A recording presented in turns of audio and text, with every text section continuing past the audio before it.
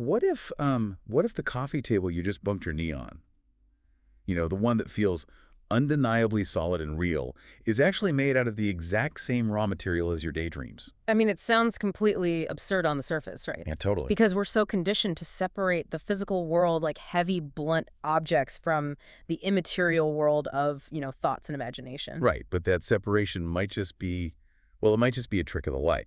Exactly. So welcome to today's deep dive. We are unpacking a genuinely mind-bending stack of sources today. Oh, it really is. Yeah, we're focusing on excerpts and some incredibly intricate diagrams from this metaphysical text called Cosmic Waves and the Architecture of Light. And our mission today is to basically decode this fascinating blueprint of reality. We're exploring the theory that the physical universe is, well, actually a highly structured projection of light waves. And we're going to look at this exactly as it's presented in the source material, because it is a highly elaborate, esoteric system. Yeah, it attempts to explain the actual mechanics of creation, like how an immaterial thought functionally descends into physical reality. Okay, let's unpack this. Because the sources argue something pretty beautiful right out of the gate, I think. They suggest that the universe's colors, its complexities, the physical pleasures, they were all created specifically for you to benefit from. Right. The text explicitly states that you aren't supposed to, run away from the world's joys to seek spiritual isolation in some desolate wilderness. Which is a very different take. So the material world isn't a trap, it's a gift. But to understand why it was built for you, we really have to figure out what it's actually made of. Yeah, and to do that, we have to look at the raw materials of existence. Like, how does the invisible actually become visible? Right. The text lays out this foundational concept that the visible universe is entirely based on flowing light. And interestingly, the source notes that modern science refers to these flowing currents as gases. Which is, that's a wild way to think about a gas. Like, I picture helium balloons, not foundational beams of cosmic light. Well, yeah, it requires a pretty big shift in perspective. So the text explains that when these flowing gases, these invisible currents of light, collide with the dense screen of Earth, physical forms are generated. Okay. And it claims the primary foundational material, like the core ingredient formed upon this collision, is mercury. Okay, hold on. This is where I really struggled with the notes. Yeah. Because the source uses this analogy of throwing a glass of water against a wall. Right, the water analogy. Yeah, the water hits, it spreads out, and you see different abstract shapes forming in the wet spots on the plaster. And I get that. It's like light hitting the earth and scattering into forms. But mercury, Yeah. like the toxic liquid metal in old thermometers, how is that the base ingredient of trees and rocks and people? I know, I had the exact same reaction initially. If we read it literally, it makes zero scientific sense. Right. But within esoteric alchemy, which heavily influences this text, mercury doesn't mean the actual element on the periodic table. Oh, okay. It represents the fluid, highly reflective state of pure potential. It's like the quicksilver stage of light before it hardens into solid matter. Ah, okay. So it's acting like a mirror. That is the crucial mechanism, yes. When invisible light hits the Earth, it creates this quicksilver-like substance, a primordial reactive boundary that can capture and reflect the light. Wow. And from the merging and absorption of these mercury lights, the text claims all animal, plant, and mineral bodies are formed. It's the intermediate stage between a wave and a solid. Okay, I see where you're going with this. It's kind of like cosmic wet paint. I like that, yeah. But how does this actually operate on a grand scale? Like, who is shining the light? The sources provided a diagram literally titled Projector, which maps out this whole unseen universe. Yeah, that diagram is the key to the whole architecture. It basically maps out a massive cosmic cinema. It starts with an invisible light source called Aqfa. Aqfa. Right, an Arabic term representing the most hidden, profound realm. So Aqfa is like the bulb inside the projector, the ultimate energy source that we can never directly see. Yes, exactly, the prime originator. And from there, that unseen light passes through a film tape. In the diagram, this tape is labeled the Lohi Mahfuz, or the preserved tablet. Meaning the master blueprint, like it holds the image of everything that ever was or will be. Spot on. And as the projector's axis rotates, and the text makes a very specific point here, that this rotation is what actually generates the dimension of space, the light shines through that blueprint, Okay. and it projects outward through a transit zone called Nisma. These are transcendental waves. Right. You can think of Nisma as the actual light beams carrying all the hidden data traveling through the dusty air of the movie theater. I can picture that. And finally, those beams hit the screen. Yeah. Which is Earth. Earth, or the physical plane, yeah. This is where the quicksilver reaction happens, where physical forms manifest. And crucially, this is the only part of the process our physical eyes can see. So wait, when you look around your living room right now, you aren't seeing the true source of reality. You're basically just watching a movie on a screen. Essentially, yes. You don't see the projector beam hovering over your head. You just see the image of a couch or a dog, and you naturally assume it's entirely self-contained. The source even mentions that science hasn't invented a camera capable of photographing these transcendental Nisma waves directly. Right. We only have the tools to measure their material reflections. Because you can't use a physical tool made of shadows to measure the light that casts the shadow. It just doesn't work. That is profound. But the sources don't just leave this as some grand, distant macro physics concept. Like, if we are all living on this cosmic projector screen, those invisible beams have to interact with us individually. The text illustrates this descending directly into the human brain. And this is where it gets highly personal.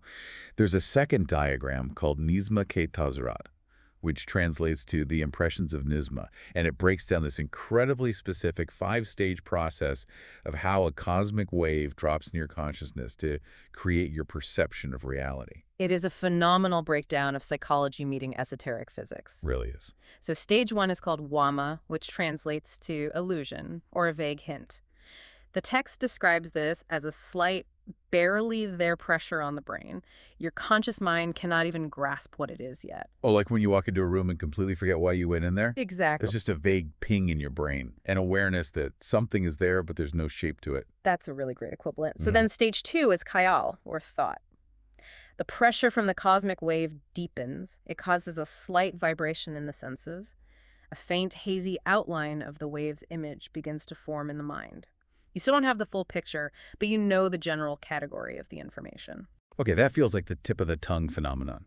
You know, you want to say a specific word, you can almost feel the shape of it, but you just can't quite picture it yet.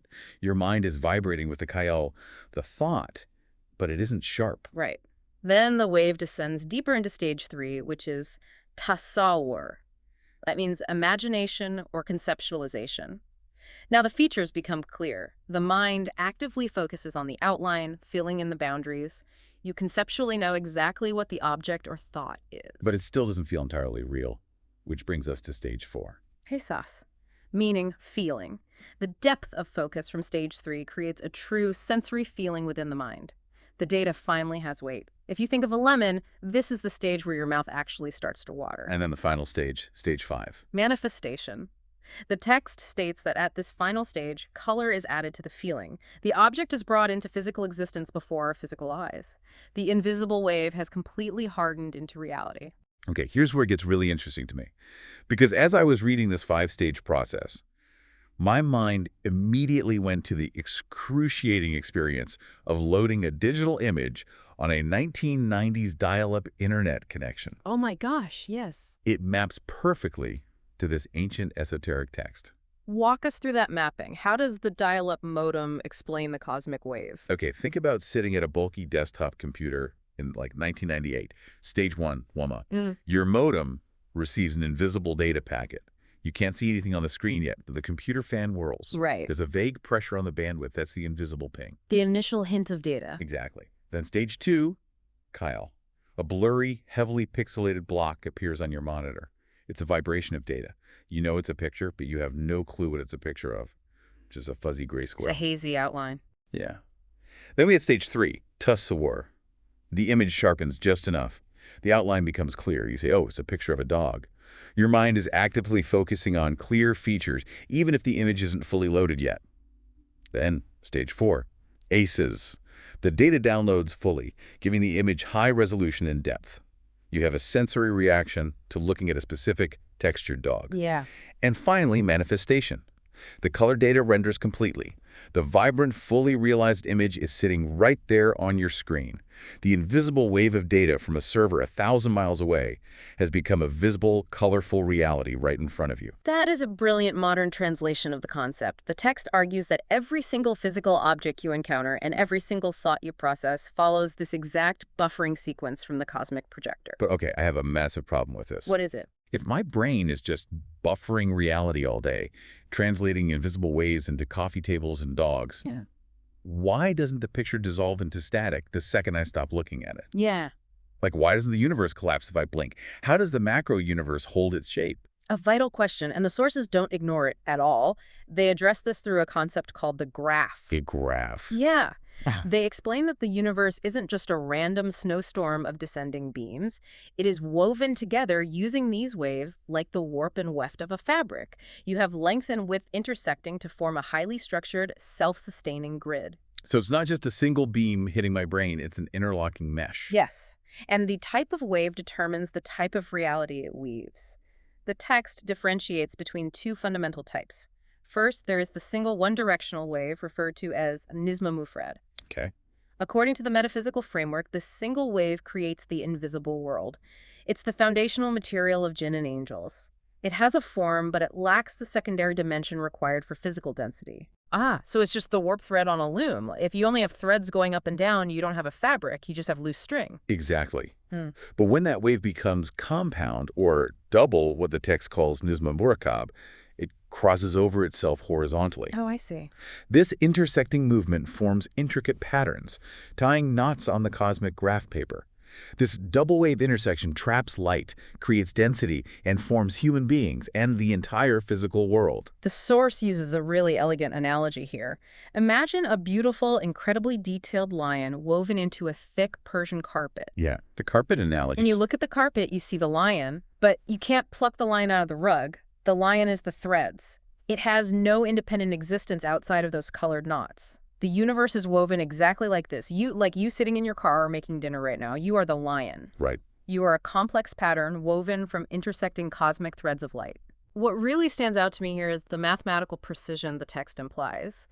Every single species, every color, every physical attribute in the universe has a highly specific coordinate, like a specific length and intersection of these waves. Oh. And the text takes this geometric logic a massive step further into theoretical physics. Oh, yeah. It claims that gravity is not an invisible magnetic force pulling heavy objects together. Right. It asserts that gravity is literally just the multiplication and division of these intersecting wavelines on the cosmic graph. Wait, hold on. Help me out here. How does multiplying light waves generate a gravitational pull? That just sounds like a math equation trying to explain a physical tug. Well, think back to the Persian carpet. Okay. If you take a section of that carpet and you weave the threads 10 times tighter, constantly folding the double waves over and over on themselves, that specific spot becomes incredibly dense and heavy. Right, it would be thicker. And that dense knot creates tension in the fabric. It naturally pulls the looser threads around it toward its center. Ooh, like putting a heavy bowling ball in the middle of a trampoline. The fabric dips and everything rolls toward the density. Precisely. Gravity is the tension of the weave. It's the structural pull of dense light wave intersections on the cosmic graph. Which completely shatters how we usually experience the physical world. Yeah. And it doesn't stop at gravity. I noticed the text also takes aim at the origins of time and space. It does. It delves deep into the primordial realm of souls, stating that originally time and space didn't even exist. Hard to imagine. There was only pure existence, a static state of being without measurement. Space and time were only born when the universe was granted the dimensions of hearing and sight. Yeah, I am really struggling to picture that. How do hearing and sight create a clock or a measuring stick? Well, the sources argue that sensory dimensions require movement to function. To see something, light has to travel. To hear something, a vibration has to travel. Okay. Movement implies a before and an after. It implies a here and a there. So the introduction of sensory dimensions initiated movement, and that movement birthed time and space. Before the universe was observed, everything just was. Okay, so let's zoom out and look at the whole architecture here. We have a perfectly woven universe of intersecting light waves projected onto the screen of Earth, acting like alchemical quicksilver to create the illusion of time, space, and solid matter. Right. It's an incredibly tight, self-sustaining system. But that leads me to my biggest question. Who is running the projector? Who decides what gets woven next into the carpet? Well, you would naturally assume that the entity shining the Akfa light is micromanaging every single thread, orchestrating every single planetary orbit, and pushing every single descending thought. Yeah, that's the default assumption. Because the universe is constantly expanding, right? New planets are born, star systems shift. But the esoteric scholars in the text reveal a grand twist. The creator doesn't micromanage this alone. And this genuinely threw me when I read it. The sources explicitly designate human beings as the vicegerents, the deputies who actively run the cosmic administration. Hold on.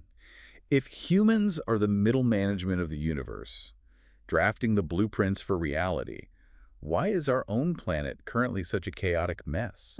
Like, are we just terrible at our jobs? It's a fair challenge, but the text isn't implying that our mundane daily consciousness, you and me stressing about traffic or paying bills, is consciously designing star systems. Okay, right. It's suggesting that humanity, as a species, possesses a specialized spiritual capacity.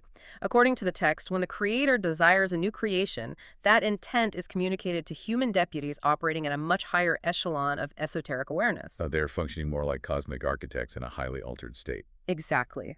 These administrators are tasked with determining the logistics. They propose the means of existence for this new creation. They design the physical forms. They calculate the movements required, the exact intersections of the Nisma waves on the graph. They put together the proposal.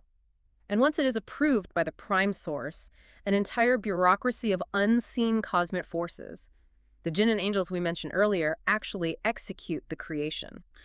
So what does this all mean for you listening right now? It means that, according to this framework, you aren't just a passive biological accident existing in a cold, chaotic void. Yeah. You are fundamentally integrated into the operating system of reality. You are an active participant on the screen of a cosmic projector. The next time you have a fleeting, unexplainable thought, a feeling that just barely brushes against your consciousness, remember that might just be a wama.